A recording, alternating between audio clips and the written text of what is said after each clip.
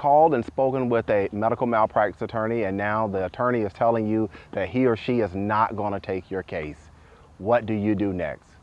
Hello, I'm Marcus Boston, and I'm a medical malpractice attorney practicing law here in the state of Maryland. And I would like to talk with you today quickly about one of the hardest things it is for me to do in medical malpractice cases, and that is to tell a client that I do not think that I can help you, or I do not think that you're going to be successful with your case.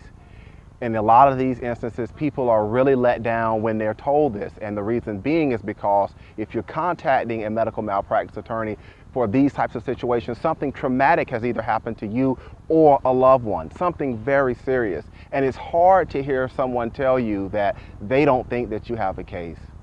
What I would like for you to understand in these types of cases is that you have to be able to prove that the treating doctor or medical professional fell below the standard of care in your situation or your loved one's situation, and that is what caused the injury or the death.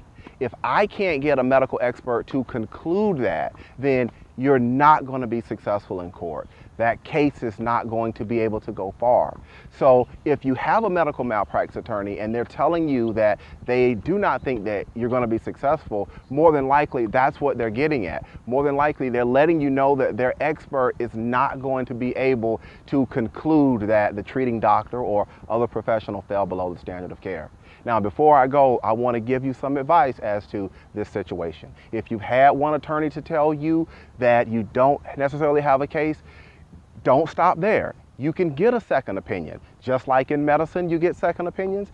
You can speak to another attorney. Maybe another attorney has a different idea of the case. Maybe another attorney will see another issue. Maybe another attorney has an expert that sees it a different way. But the point that I'm trying to make to you is that you can go and you can talk with someone else about it.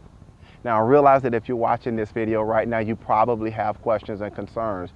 You may have already had an attorney to tell you that you don't have a medical malpractice case, and you're now trying to figure out, well, what do you do next? Should you talk to someone else? Well, if you have these questions and concerns and your matter happened in Maryland, this is what I invite you to do. Go ahead and pick up the phone and give me a call. I can be reached at 301-850-4832, or if you prefer, you can send me an email to medicalinjury@bostonlawllc.com. I answer questions like yours all the time regarding Maryland medical malpractice law, and I'll be glad to listen to your story. Well, guys, that's it for today's short educational video. Again, I'm Marcus Boston, and I'm one of the medical malpractice attorneys here at Boston Law Group, LLC, and we will see you next time. Guys, take care and enjoy the rest of your day.